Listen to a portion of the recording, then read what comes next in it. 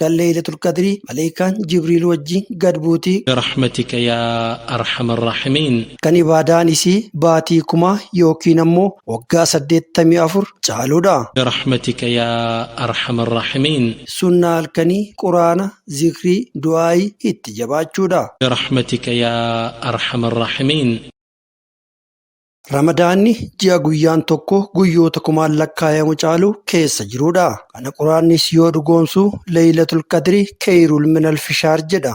Laylatul Qadrii halkan sadarkaa qabu halkan Rabbiin hojii waggaa san keessatti dalagamuuf taa'u keessatti murteessuudha. Halkan ibaadaan isii baatii 1000 yookiin ammoo waggaa 84 caaluudha. Halkan kun Ramadaana keessa jira jechuu malee halkan kam akka ta'e hin beekamu. Laylatul Qadrii halkan hunda caalti. Rabbiin isii keessa quraana buuse. Isiin halkan barakaa qabdu. Ibaadaan halkan sanii ibaadaa baatii 1000 caalti. Isii keessa amriin Rabbii hundi gargar bahee murteeffama. Suuraa Al-Qadrii keessatti Rabbiin isii keessa akka quraana buusee fi akka halkan takkittiin Laylatul Qadrii baatii 1000 caaltu dubbatee jira. Ergamaan Rabbii sallallahu alaihi wasallam akkana jedhan. Namni halkan Laylatul Qadrii imaana ofii Rabbi irratti herreeggachaa dhaabbate cubbuun isaa tan dabarte isaa dhiifamti jechuun Bukaariif Musliimtu gabaase. Halkan Laylatul Qadrii quraana qara'uun, salaata dhaabbachuun, zikrii fi du'aayiin dabarsuutu irra filatama.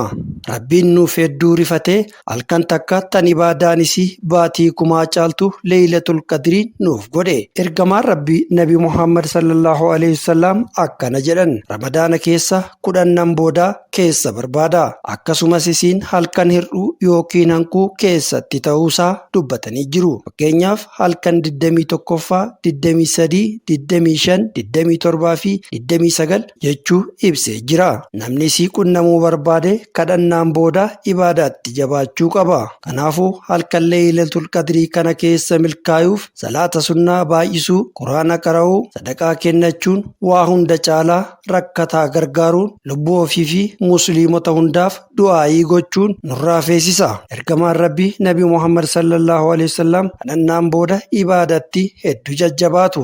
Aishaan Rabbi irraa haa jaalatu akki jette ergamaan Rabbii Nabi Muhammad sallallahu alaihi wasallam Ramadaana keessa 10 boodaa hanga duraa caalaa ibaadatti jajjabaatu. 10 boodaa hoggaa seene halkan hin rafu. Maatii isaa hirribarraa ni dammaqsa, marxoo isaa jabeeffatee ibaadaaf ka'a jechuun Bukaariif Musliim gabaaseera. Sunnaa isaanii jala deemuun barbaachisaadha. Sahabaa fi warri isaan boodaas hundi kadhannaan booda akkanaan guddisan. Isii keessatti daran ibaadaaf jajjabaatan. Halkan Laylatul Qadrii kun sadarkaa baay'ee qaba. San keessa halkan Rabbiin subhaanahu wa ta'aalaa ummata Nabi Muhammad sallallahu alaihi wasallam badhaase ta'uu isaati. Halkan tokko kan waggaa 84 caaluudha. Halkan Jibriil dabalatee malaakonni baay'een gara dachii gad bu'anii. Halkan namni isa keessa Rabbiin kadhatee kadhaan isaa cufti qeebalamtuufi. Akka waliigalaatti halkan cufa caaltuudha. Halkan kana waan baay'eetu halkan kaanirraa adda isa taasisa.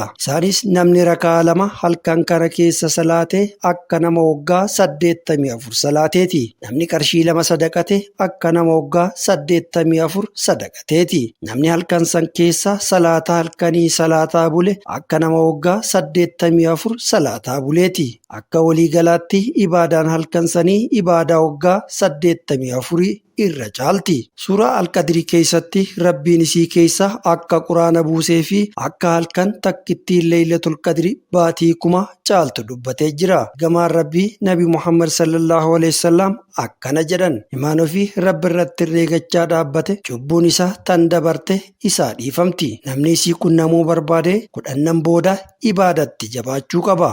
Aishaan Rabbi irraa haa jaalatu yaa Rasuula Rabbii halkan Laylatul Qadrii maaliin ja'a jechuun gaafatte. Rasuulli sallallahu alaihi wasallam Allahumma innaka afwan tuhibbul afwa fa'fu anni jedheeni. Hiikkaan isaa yaa Allah ati irra namaaf darbaadha.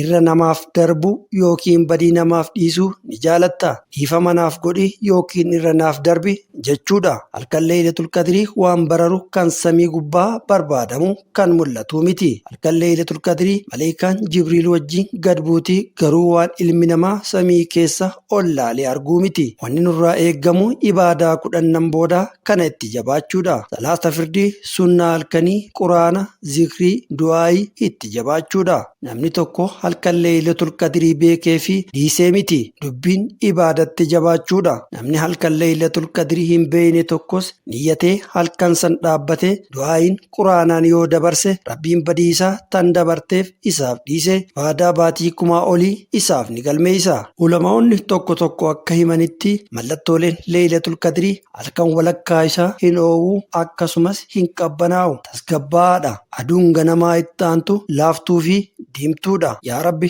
ati badii namaaf dhiifta, badii namaaf dhiisu ni jaalatta. Badii teenya hundaanuuf dhiisi. Obboleeyyan kiyyaa anaa fi isinis warra halkan san qunnamee milkii gurguddoo halkan sanii argatu Rabbiin nu haa taasisu.